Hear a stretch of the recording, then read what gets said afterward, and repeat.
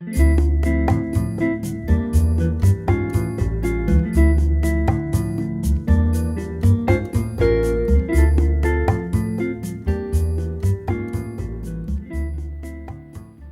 I'm Jim Shaw, publisher of Lexington's Colonial Times and a member of the LexMedia board, and I'm pleased to have with me Melissa Cunningham for our next segment of Coffee with the Candidates. I know it's Melissa Cunningham, but people know you as Mel, right? Yes. Okay, and you have a daughter who's a senior at the high school. She's actually at private school. Oh, private school. Okay, I'm sorry. So she's a senior in high school, and you say she's a competitive fencer. So you've been living in Lexington for about 15 years. Yes. And she's been a competitive fencer. Actually, not that long. She's only been about 4 years at the national level. Okay. And 5 years total fencing. Okay. So it kind of leads to the question, you know, when we're asking all of our candidates, why at this point do you want to serve on the Lexington School Committee? When I first moved to Lexington, I was really excited. I'd heard great things about the school committee, or the schools. And but very early on, and my daughter hadn't even entered kindergarten yet, I started hearing about the stress, the load of homework, the competitive nature, and I thought, well, you know, we'll experience it. And elementary school went great. When she got to junior high school or middle school, 6th grade was okay. 7th grade things started to get iffy. And by 8th grade, I really realized that there's 2 pieces of paper that affect our children. The one that seems to be the most important in Lexington is their MCAS scores. Right. The one that is the most important long-term for them is their transcript. And I had a daughter who on MCAS looked like the best student you ever had. I mean, she was off the charts. She was a C student and her transcript. And I kept running into almost every night the same issue. And it's what I call the bad 4-letter word affecting education, time. She'd come home, I don't have enough time. The teacher didn't have enough time to cover the material. The teacher didn't have enough time to cover the homework. We didn't have enough time to go through all the homework assignments that night. And so when this one-year position opened up, I was looking at the school committee goals for next year, and I realized that for the last 15 to 20 years, they have been debating the same issues. They're debating stress, Right. They're debating homework, and they're kind of chewing around the edges. In my experience, the reason why I took my daughter out of the public school is because I started getting input from friends in other states whose public schools had adopted a different educational approach. They went to the fewer, longer classes per day. And they were very similar to my daughter. They were engaged students. They were athletes or musicians. And the stress level reduced. Their performance increased. And this was not available to me here in Lexington, so I put her in a private school that offered the exact same thing my friends are getting in public schools. Right. And when you look at the Lexington School Committee's page of goals, really the first 1 and 2 are all addressing the symptoms of the problem. The problem is the educational experience is stressful and overwhelming for students. And so all they're doing is nibbling at the symptoms instead of going to the problem, which is their educational experience. I think the longer, fewer classes per day, it's done in the same length of day, the same length of week. How does that work then? Okay, well, thank you for asking that, because it's very important. A lot of people are very confused, and they think, particularly where we have overcrowding issues, that their students are going to be shoved into a lecture hall. Right. And that's absolutely not it at all. A very simple but appropriate example is learning to drive. Our students, we have our kids in our car with us from the day they're born, and at about 14, 15, they've seen you put the keys in the ignition, you turn the keys, there's the go pedal, the stop pedal. They take all of the lessons that you need to pass the learner's permit, and that's the learning part. The application part is a whole different experience. Right. And so even though they think they know everything the first time they get behind the wheel, it's not as easy as they thought. Right. The fewer longer classes, when run properly, should contain in each class the learning component, an application component, and a discussion component. And the discussion component in learning to drive is the reason why you have to have an adult in the car. Right. And so what I found with my daughter and what my friends found is that when my daughter went to private school, they were really concerned because of her transcripts. She was literally losing 1 to 2 letter grades in each class because she would, if she was struggling in math, she'd take the time away from a different subject and put it into math. Right. And because homework And that's not uncommon, is it? it's not uncommon. And I think a lot of people don't realize that homework actually counts more than test grades.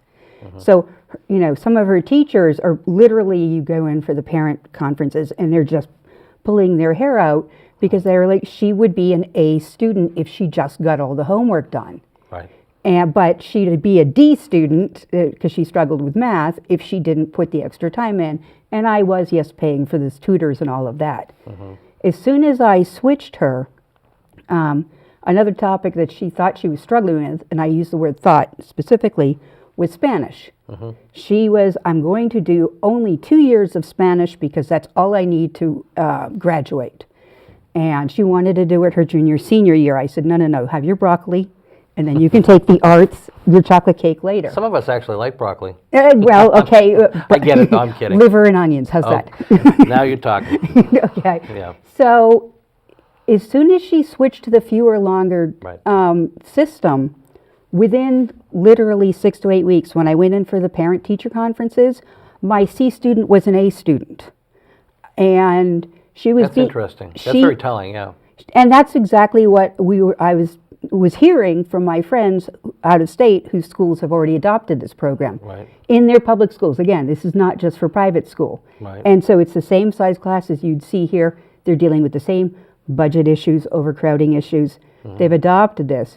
And the Is there an experiential learning component to this too? Like I'm going back to your analogy about driving, you know, so you read the book, you get the academic, right? You know, you learn by reading the book about the red lights and turning left on red and this or right on red and all of this stuff and what you can and can't do and how long you have to stop at a stop sign. But it's not until you get behind the wheel of the car that you actually really start the learning, and that's the experiential part. Yes. Even though you may have a parent or Well, somebody think in the car. about it, whether my daughter, the case was an English-speaking student learning a second language. Right. Think about students who are having English as a second language. When we use different parts of our brain, Right. we use one part to hear, one part to read. We use a completely different part to speak. And what my daughter realized is that because she was never actually using in free form, not answer this question, you actually have to have a dialogue. As soon as she started putting all 3 components together, all the other components made more sense. Right. And I think particularly for students who have English as a second language, if all they're getting is the hearing and reading and they're not using the speaking part,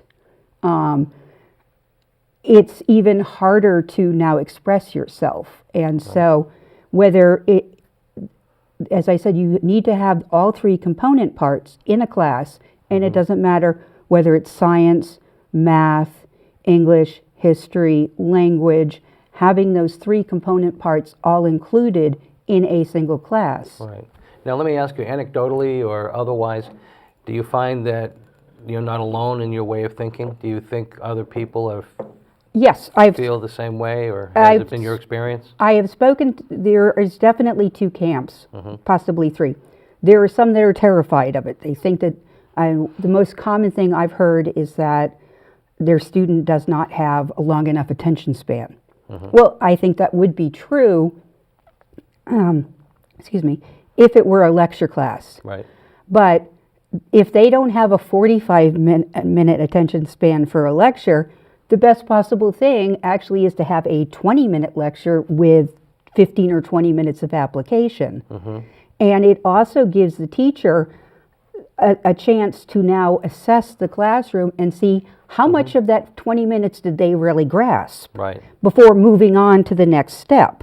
Right. I So- think checks and balances are important. Yeah. So, like you say, it's almost like I took a statistics class as a freshman in college. It was the biggest mistake I ever made. It's cumulative. So if you don't get it here, Yep. you're certainly not going to get it over here. And if you don't get it here, you're lost all the way through. Do you think if you'd started, you heard, applied, do you think it would have connected better? I absolutely do think it would have been different. Absolutely. And I think that for students, I know my daughter went from being extremely hesitant that first year. She did not want to be put into honors. By the second year, she was being recommended as a TA, which they usually reserve for juniors and seniors. Right. She said, no, I want to wait till I'm a junior. This year, so in a week, I'm taking her, she's to the airport. She's spending a month in Panama in an integrated studies program that is Spanish and biology. Oh, nice. So they'll be visiting 3 international scientific outposts. Okay. So two things that she figured she was just going to get done and over with, science and Spanish, Right. you can't get her out of them now. Right. And Well, all that's those interesting. art The end courses, results. all those It's art completely courses. different from Yeah. the original. Right. Yeah, her art courses, she actually got to the beginning of the senior year, and she got told that she did not have enough art credits to graduate. So she had to change, she had to take some, Yeah. she took a math course out to put in art. That's great. And so it's those results. Well, I can appreciate that, and we kind of went long on this, which I think is important because it really is the crux of why you're running. Right. But there are other requirements of a member of a school committee, and let's just touch on those. We've got a few minutes, just a Okay. few minutes left, so let's talk about some of the other things, like, for instance, working with other members of the school committee, being able to be a team player. Can you work well with, and if you've got some thoughts and ideas, are you willing to accept other members of the school committee's thoughts and ideas that come from other parents? Being open-minded is important. I have heard that about the conflict that's going on with the school committee right now. I think it's gone. I think a lot of that It's- is history. But Yeah. there's definitely, from what I'm hearing, Yeah. there's 2 thoughts. There is that the school committee should have more input with the superintendent, and that there are those who think the superintendent and other members believe that the school committee should be based just on things like What do you think? bullying policy and budget. I think that it's important for the school committee to at least have an exploratory voice, because the superintendent gets to hire so many people, and that makes me concerned about groupthink, Right. especially when We've got, and I talked to other candidates about this, 4 major positions coming up. High school principal announced her retirement last night. Music director, and in the arts, it's huge. I mean, the past couple of music directors have had such great impact on people's lives over the last several Absolutely. decades. The HR, human Human resources resources, yep. director, and the facilities director.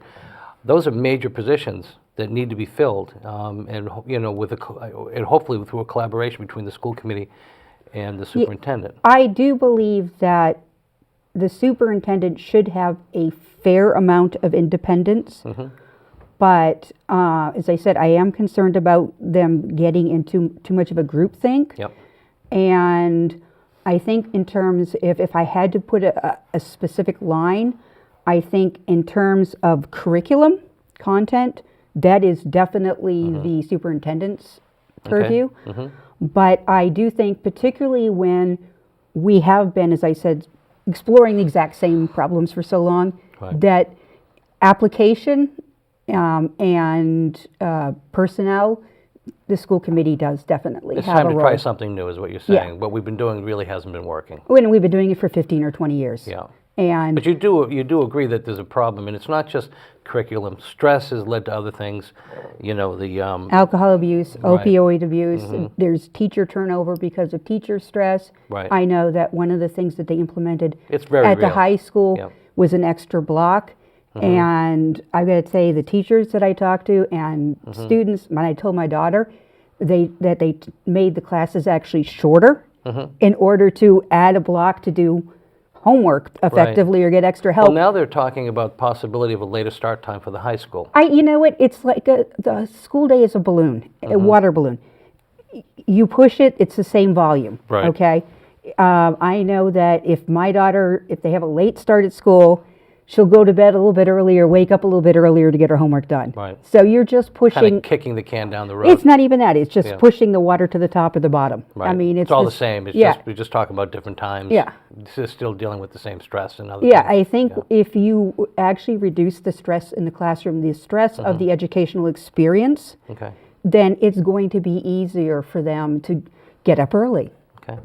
Well, I think people have really had a chance to hear you. You know, I think you've taken an interesting tact. You know, not very. I would say it was not a traditional tact, but it's very interesting. I think you make some very valid points. If people wanted to learn more about, well, let me just ask you this first. If I'm voting in election day. Okay. Why do I vote for Mel? Because I am coming at it actually from a prudent, fiscally responsible approach. And one thing we did not talk about is the redistricting and the buffer zones, which I know is a big issue right now. I think the school committee is spending so much time on and I hate to refer to it as minutia, so we're going to stick to the effects of a poor educational experience, that they are not being able to apply enough attention. Right.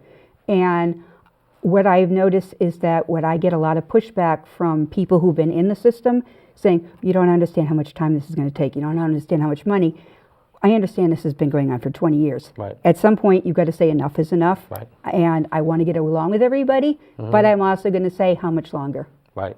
Okay, one final thing. People want to learn more about you, Mel. How do they find out? I have a website. It's Cunningham for School Committee, so Cunningham, the number 4 SC. .com, right? Yeah, .com. .com, okay. Well, I wish you the very best. I wish we had more time. Thank you We've so got a lot much of for the candidates to opportunity. talk with, and I'm so glad you were able to come by and spend some time with us, and I wish you the very best. Thank you. And again, thank you so much.